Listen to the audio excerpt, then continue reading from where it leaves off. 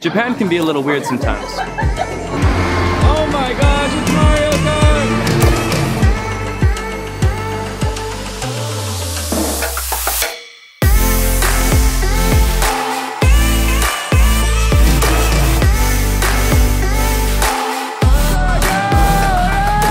From the culture of kawaii to the flat out WTF, you never quite know what you're gonna get here in Japan, but that's why today I wanted to create a top 10 list of the weirdest of Japan. Let's start off with the robot restaurant.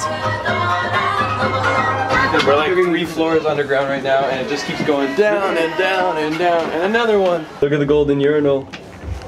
And a lame toilet. Oh! How did we get these seats? I have no idea. It's so busy in here right now, and the seats are so tiny. It's very tiny.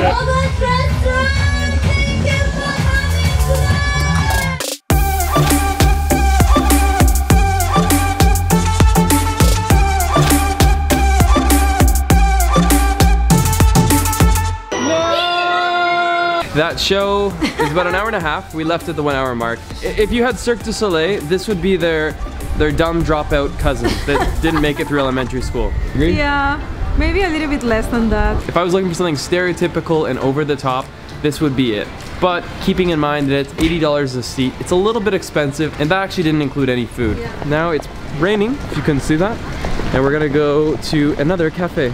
These are some of the weirdest coffee shops you will come across in the entire world. Boy Dory, nice to meet you. Nice to meet you, Monster Boy Dory.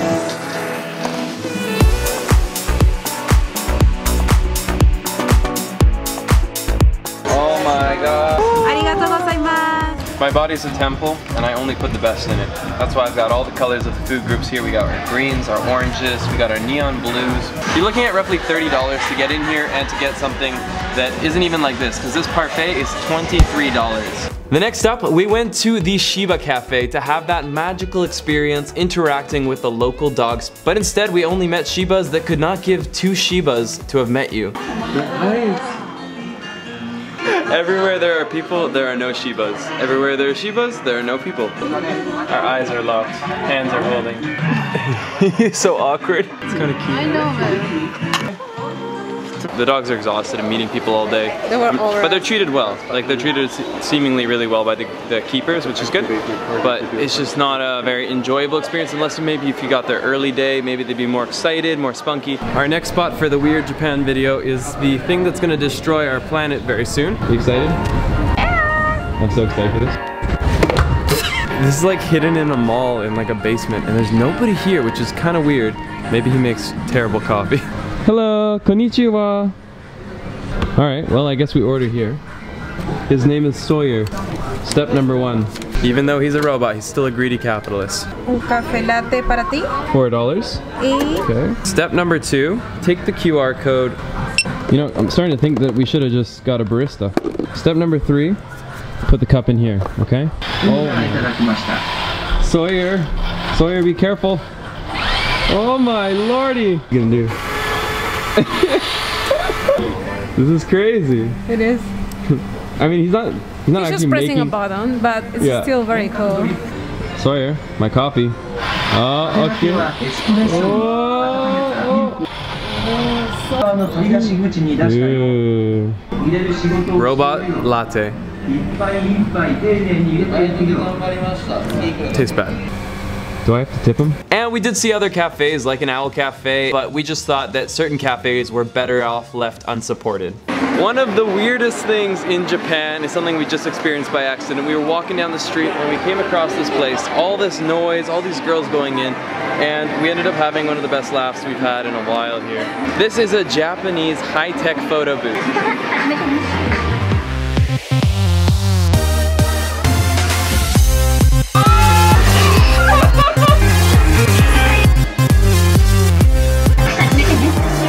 You have the power of like beautifying yourself. It makes your skin just flawless. It makes your eyes twice the size.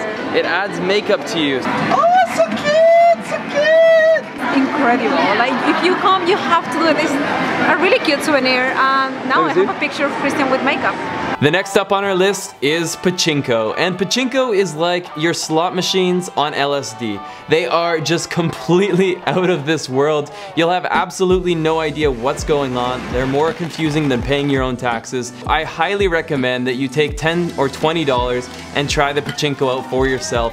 You might very well lose all that money and never see it again, but you might just win back a few bucks. You're doing good, babe. You're doing really good. Came in with $20, left with $5. We got prizes. We got the stick club. What do you think, $15 worth of snacks? Yeah. Now on this list of weirdness, there's an entire section of the city of Tokyo that just has to be put up here, and that is AKIHABARA. Guys, we've made it to the Japanese promised land of anime, manga, and everything that is kawaii. In this area, it's very well known for a few things. One of them is video games.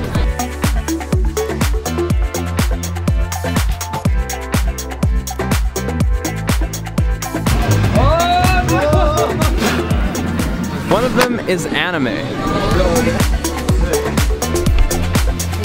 I'm buying a Shiba. Are you buying a Shiba? This isn't a Shiba. You put in the wrong one! So you can collect dolls here. This one is $500 and it's sold out. It's the place for cosplay. Look at all these collector's cards. Playing Pokemon in here. And lastly, we're gonna go undercover. We're gonna be taking you behind the scenes into the world famous Maid Cafe. Meow, meow. Wow, that's like a tiger. Damn, wow, I was not ready for that one. Delicious. Oh, delicious. One more time, one more. Delicious, delicious, muy, muy cute.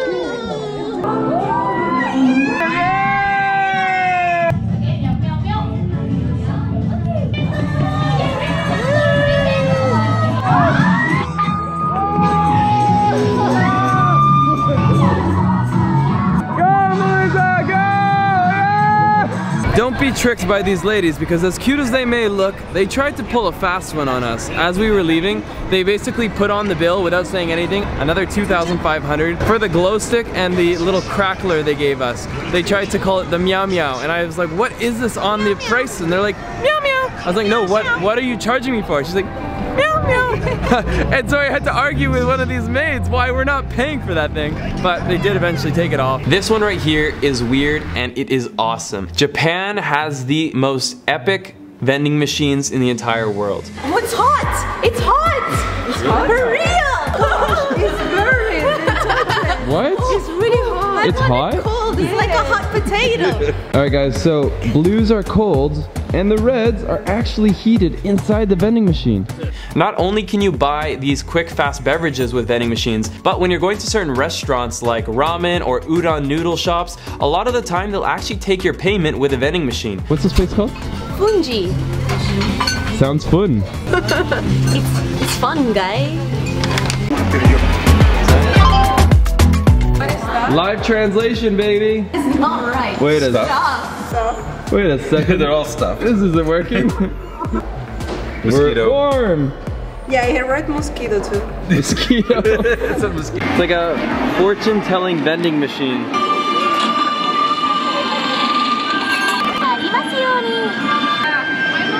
Take time to grow love. The thoughtful one might be observing how you behave. Michael? To you? You want your fortune to come true? You gotta fold it. Well, my fortune's not coming true.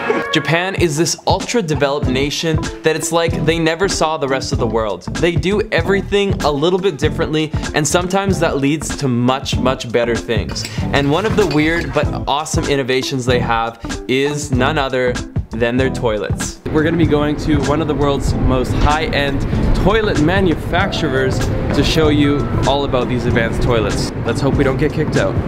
This is so fancy. It's the fanciest toilet I have seen. You can manage the pressure of the water, the heat, you have air, water in the front, water in the bottom. But does it have Bluetooth? first thing that you'll experience in a Japanese toilet is a heated seat. How many times in the winter have you sat down on a toilet and been like, hey, I'm so cold? Not here in Japan. Those cold winters don't even faze us when we're going to the bathroom. So you've got different heat settings you can set using your control module. It doesn't end there. We've got something called a bidet. If you've not heard of a bidet, it's actually a little nozzle that comes out from behind the toilet. Uh-oh, there it is, there it is, there it is. Oh no, oh no.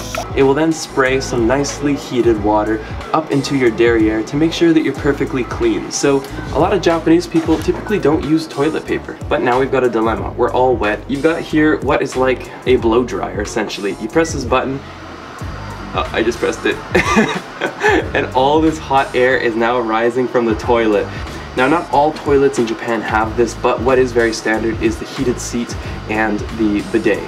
And some of them even have motion sensors, so when you get within a close enough proximity, it greets you by opening up. And of course, you've got LED lights inside, so you know where to... It matches my outfit. Yeah, that's important. Another cool feature that you got is you have the sound button. Check it out. So there it is, the Japanese toilet. At this point of the video, it won't even come as a surprise. The Japan also has one of the weirdest festivals in the entire world. And this is one of the craziest things that coincidentally is going on once a year during the one time we visited Japan. This is the Sausage. Tinky Winky Festival. You gonna say sausage? Sausage Festival. The turtle festival. Turtle. Yeah, it looks like a turtleneck. We're not even at the festival and we're already seeing a wiener. We have arrived. Represent the meat gang. The meat gang. I don't know what to say. Konnichiwa. Come on, bring it in here, man. I feel really overdressed for this event. I feel way too overdressed.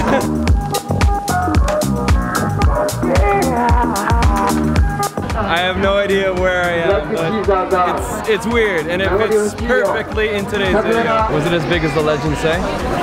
It's bigger, man. Big is bigger. Your grandmother must really love you.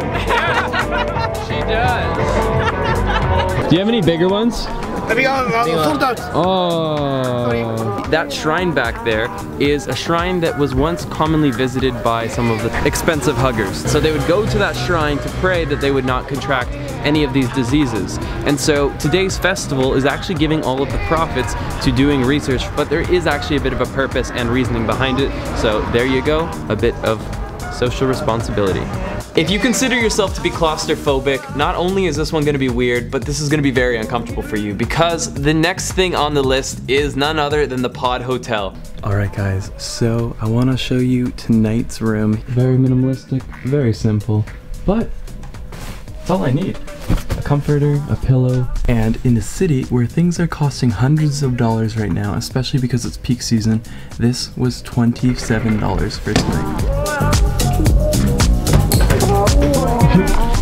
This is the bathroom. One of the interesting things they do is they actually separate women from men. The checkout time here is 10 a.m. and it's sharp. There's no extensions. You basically get the boot. You got how many plugs at the end there, Michael? Well, you get one plug, and I put a 3-prong in there to adapt my one plug. So you turned one plug into 3. Exactly. So I've got computer, I've got USB chargers. The mattress is about this thin. Yeah. So I didn't sleep great. But it got the job done. Got the job done. Yeah, not so bad. I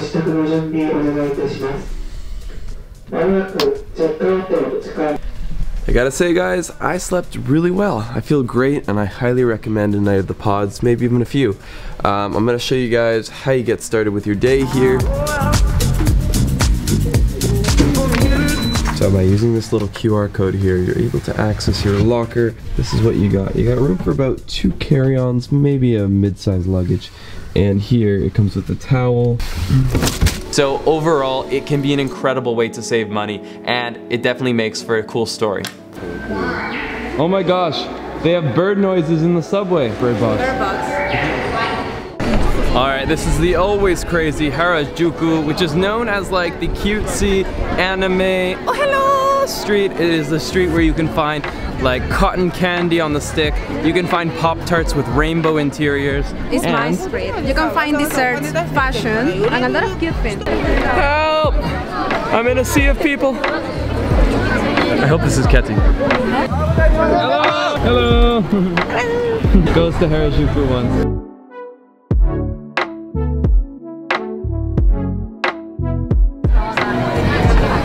Pretty nice, hey? Ooh, look at this. Right? This right here is a kandama. It's a Japanese toy, and here's the deal, guys. If I land it, you have to subscribe, all right? Let's do this.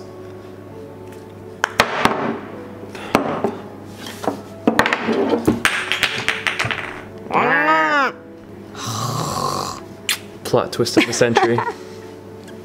Ugh. These things taste like oil.